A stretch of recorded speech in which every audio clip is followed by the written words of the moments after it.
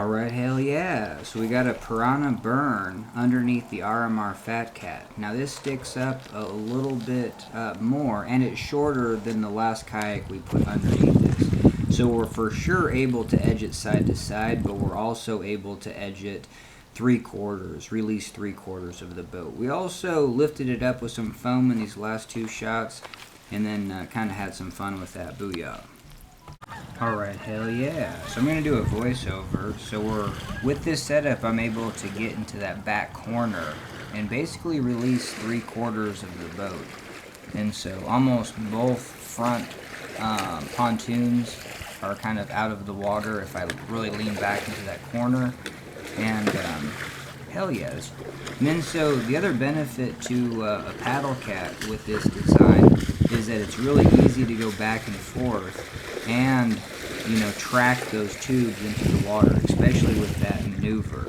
Where if you just have the paddle cat, sometimes it's overwhelming to get it to rotate. But now, in that location, I'm jumping to the front, and now the front kind of releases the back, and it acts more like a pivot, and we're able to put those tubes in. And so, hell yeah. And then having something underneath, just this aspect of pushing or lurching the boat sideways is very useful. Hell yeah. And then I think this one is just kind of turning and getting up to speed, getting onto that back corner. And this is kind of the bread and butter of getting momentum. Getting into that back corner, you're reducing the wetted area, and hell yeah. Alright, and the other thing that I wanted to work on was almost like a play mode of, being able to bury the bow and actually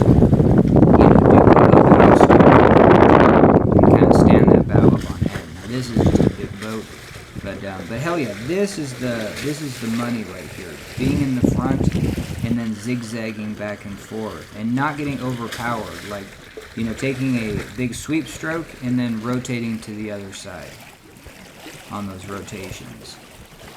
Hell yeah. And we got about 3.5 minutes of this, and then I'm just going to show you the whole footage. So yeah, that motion right there seems real dialed in. Where, like I said, with the long paddle cat tube, sometimes once you're offline and the boat just wants to go someplace, there's nothing you can do about it.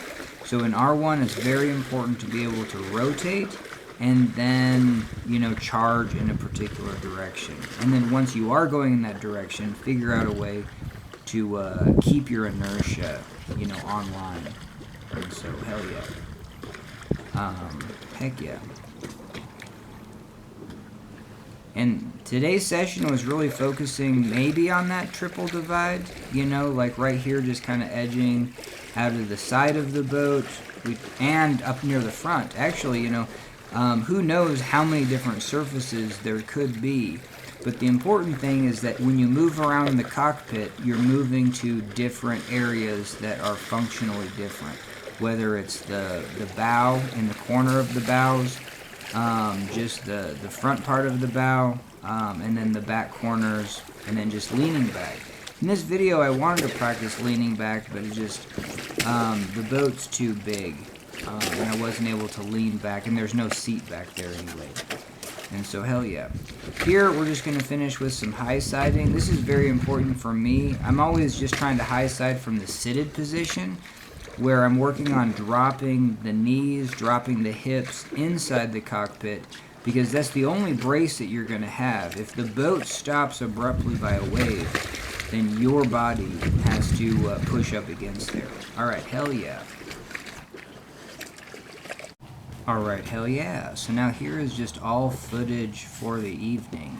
And we have the kayak set up so the bow of the kayak is at the bow of where I'm paddling this RMR Fat Cat. When I raise my paddle up, that's when we switch the directions of the kayak just to see if there's any kind of difference doing stern first, just because the kayaks are asymmetric. So every time we throw a paddle up, we kind of switch sides.